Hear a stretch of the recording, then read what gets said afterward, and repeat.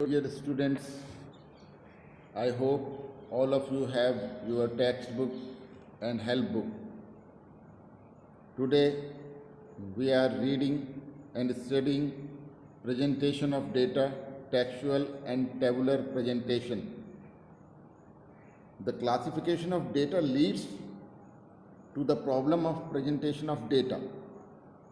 The presentation of data means exhibition of data in such a clear and attractive manner that these are easily understood and analyzed. There are many forms of presentation of data, of which of the following three are well known: textual or descriptive presentation, tabular presentation, and diagrammatic presentation.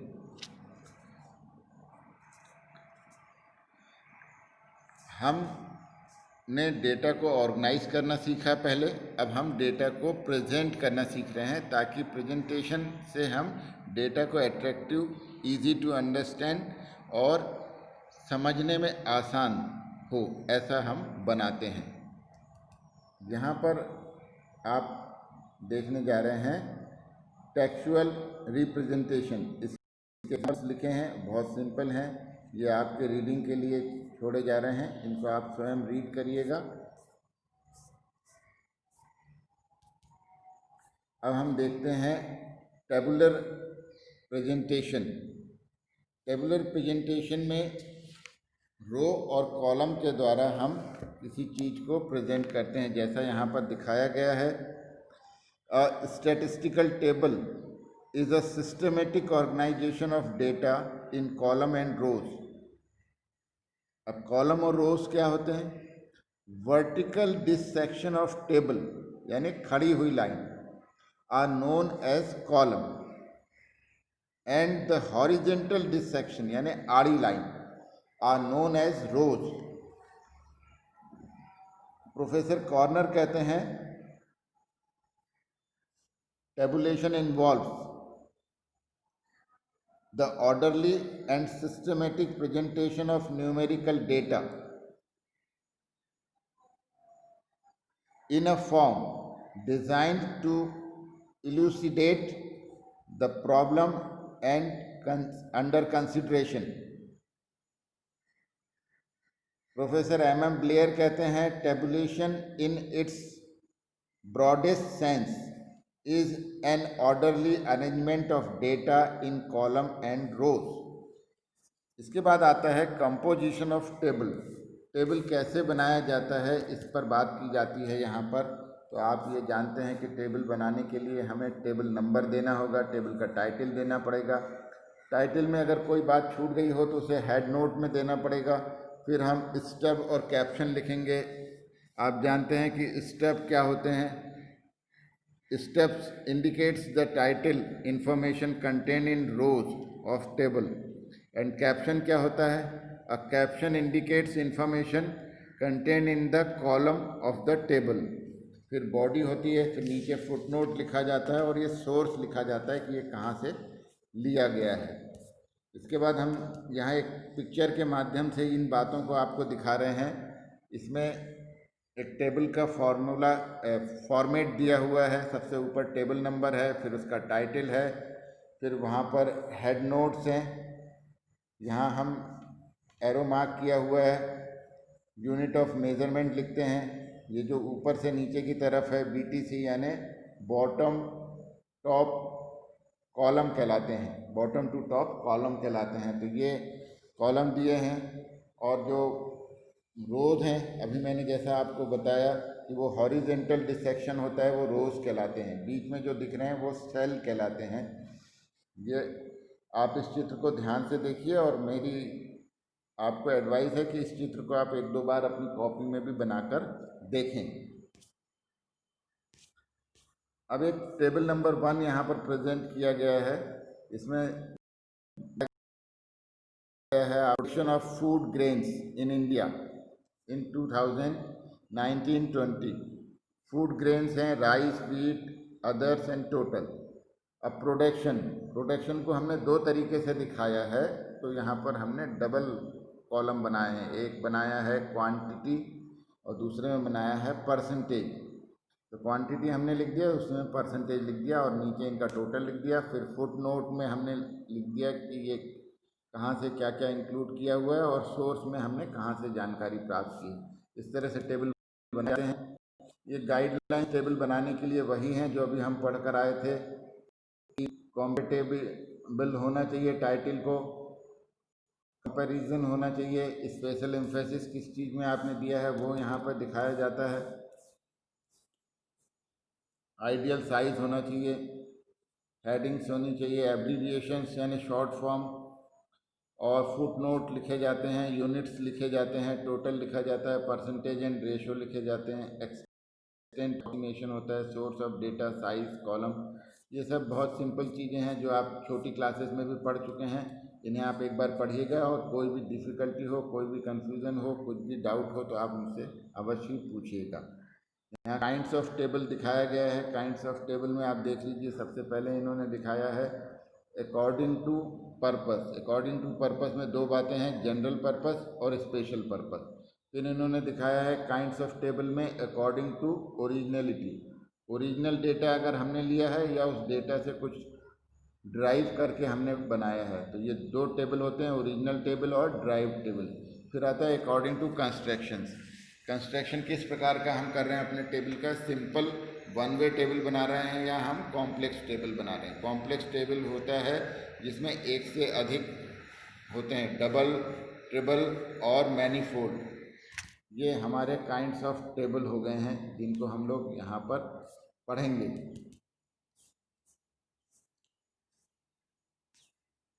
ये examples दिए हुए हैं simple table के, table according to construction, फिर complex table, फिर triple table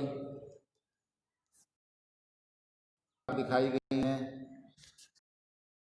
boys girls total, boys के अंदर भी रूरल अर्बन टोटल, गर्ल्स के अंदर भी रूरल अर्बन और टोटल।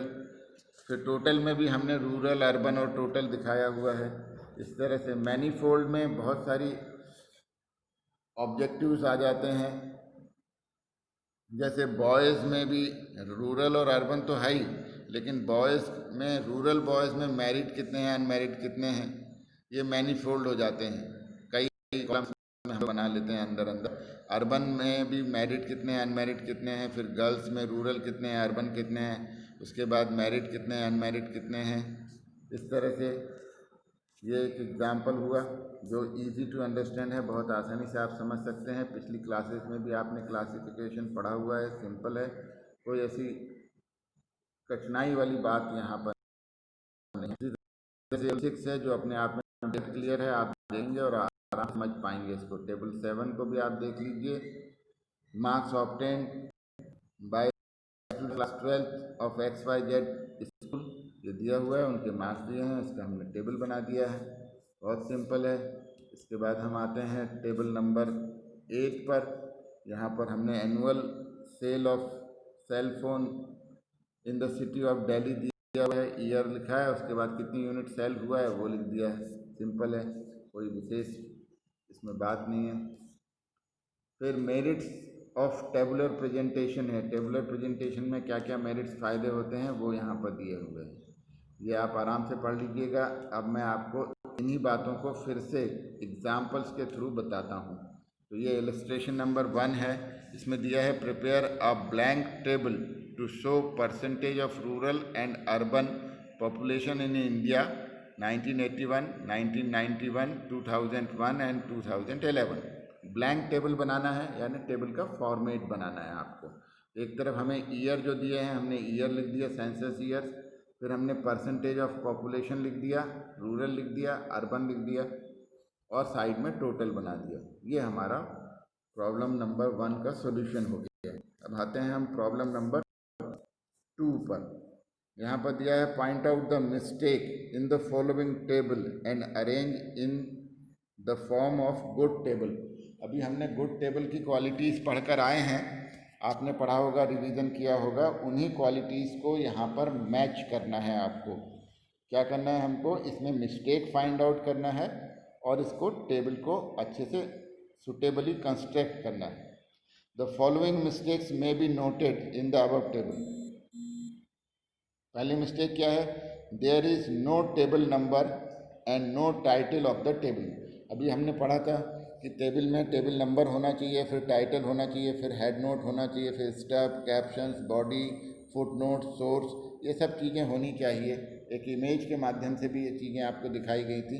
उसी तरह से हम इसमें चेक करेंगे कि टेबल नंबर है कि नहीं, टाइटल है कि नहीं, हेड नोट है कि नहीं, स्टेप्स है कि नहीं, कैप्शन है कि नहीं, बॉडी और या फील्ड लिखा है कि नहीं, फुट नोट्स हैं कि नहीं, सोर्स हैं कि नहीं, इसी हिसाब से इन्हें चेक किया जाता है। फिर हमने पॉइंट नंबर 2 में लिखा है the table is without any head note. फिर पॉइंट 3 में हमने लिखा है कैप्शन एंड सब entries have not been properly noted. फिर 4th नंबर पे हमने लिखा है total of the rows and columns has not been indicated. अब डिस्ट्रीब्यूशन ऑफ पॉपुलेशन को हमने इन सारी बातों को ध्यान में रख के बनाया। सबसे पहले हमने टेबल नंबर लिखा, फिर टाइटल लिखा, फिर हेड नोट लिखा, फिर उनकी यूनिट्स लिखा इन लैक्स, हेड नोट में लिखा according to age, sex and literacy. फिर एज टेबल बनाया हमने तो उसमें लिखा एज इन ईयर्स, फिर वहाँ पर लेस देन 20 ईयर्स, फिर 20 to 30, 30 to 40, 40 and above. Literate के अंदर हमने कॉलम बनाए हैं मेल, फीमेल, टोटल। इलिटरेट के अंदर भी हमने कॉलम बनाए मेल, फीमेल और टोटल। इस तरह से ये जो हमने बनाया है इसको आप क्वेश्चन में दिए हुए टेबल से कंपेयर करिए तो आपको पता लगेगा कि ऊपर गिवन टेबल में क्या क्या कमियां थी और हमने उसमें क्या क्या इम्प्रूवमेंट किए। अब आता है illustration number 3। In the following study about the coffee habits in 2 towns following data were observe. X town है, वाई टाउन है, दो तरह के लोग हैं यहाँ पर।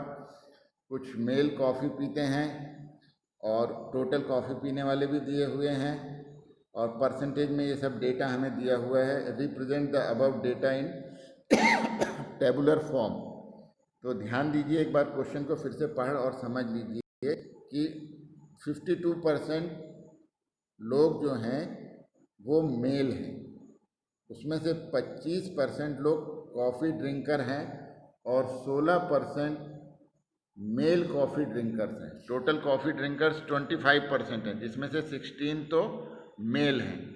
उसी तरह से टाउन बी, सिटी बी में या वाई में दिया है 55%, 28% एंड 18%। हमें क्या करना है, इसे रिप्रेजेंट करना है अबव डेटा इन टेबुलर फॉर्म। तो इसी में से सबसे पहले हम निकाल लेंगे। परसेंटेज हमेशा 100 माना जाता है, 52 माइनस 100 करेंगे तो 48 आ जाएगा।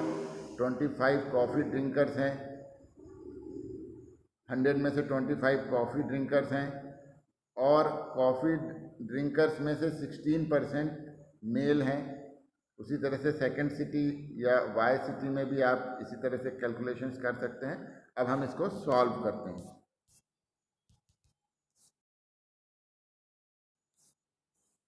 तो हमने इसको इस प्रकार से बनाया। सॉल्यूशन में हमने टेबल नंबर 12 लिखा, फिर उसका हेड टाइटल लिखा हमने percentage of coffee drinkers in town X and Y. अब हमने लिखा एट्रीब्यूट कॉफ़ी पीने वाले, कॉफ़ी नहीं पीने वाले और टोटल। फिर हमने लिखा टाउन एक्स में मेल कितने हैं, फीमेल कितने हैं और टोटल कितने हैं। इसी तरह से हमने टाउन वाई में भी लिखा मेल, फीमेल और टोटल। अब यहाँ पर देखिए, आपको ये बताया गया था कि टोटल 100 में से 25% जो लोग हैं वो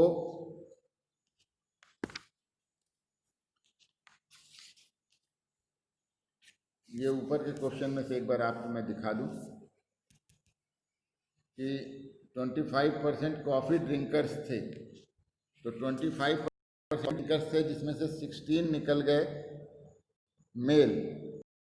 तो 25% का मतलब है कि टोटल है 100 में से 25 ये हो गए और 16 इसमें से मेल हो गए। तो बाकी 16, 25 में से 16 को माइनस कर देंगे तो ये हमारे पास आ जाएंगे फीमेल। तो 16 माइनस किया 25 में से तो आ गया 9 फीमेल्स। उसी तरह से बचे हुए थे 25 निकालने के बाद नॉन ड्रिंकर्स थे वो 75 बच गए। क्योंकि 100 माइनस 25 करेंगे तो 75 आएगा। इसमें से 36 और 39 टोटल मिलाकर ये हो गया 75। उसी तरह से आप टाउन बी में भी बहुत इजीली कैलकुलेट कर सकते हैं, बहुत सिंपल है। और कुछ भी दिक्कत आए तो आप मुझसे दोबारा भी पूछ सकते हैं, बहुत सिंपल है। इस तरह के क्वेश्चंस आपने 8th 7th में भी किए होंगे। इलस्ट्रेशन नंबर 4 को देखिए। There were 80% in trip organised by a school, out of 60 were student.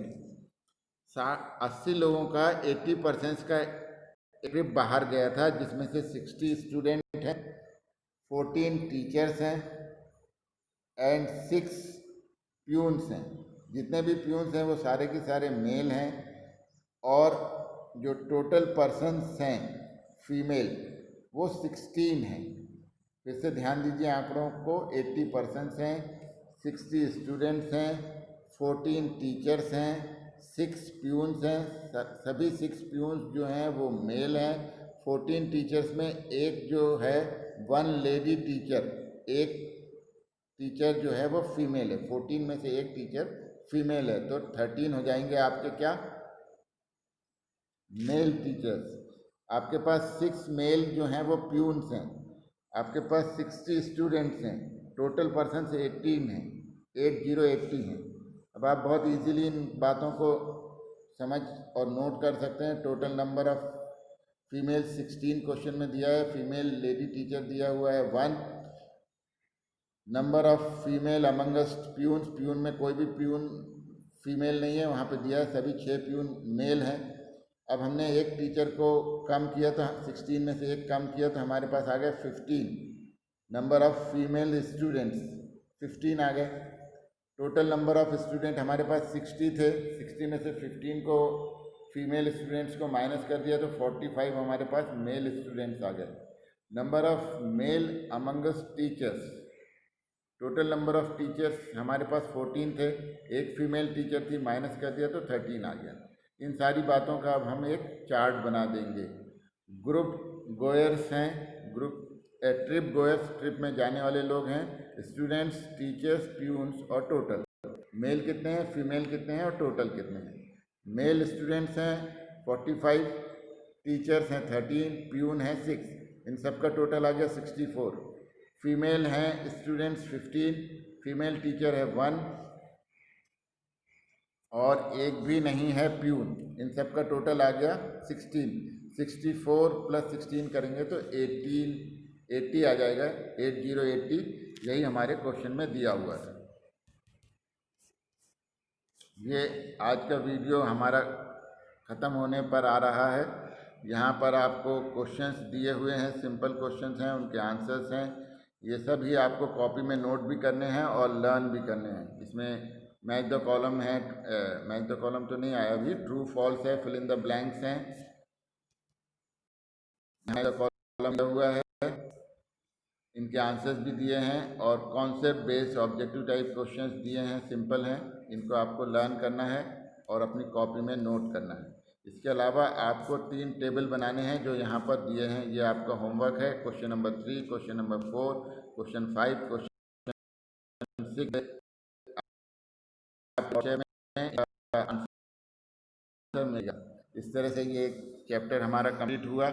आप सभी से रिक्वेस्ट है कि प्रतिदिन अर्थशास्त्र कम से कम 1 घंटा पढ़ते रहें, रिवाइज करते रहें, दोहराते रहें, अपने नोट्स बनाते रहें, कॉपी तैयार करें। आपको असाइनमेंट भी दिया गया है, उसकी भी तैयारी करते रहें। ठीक है, अच्छे से पढ़िए, अपना ध्यान रखिए और स्वस्थ बने रहिए। Okay, all the best.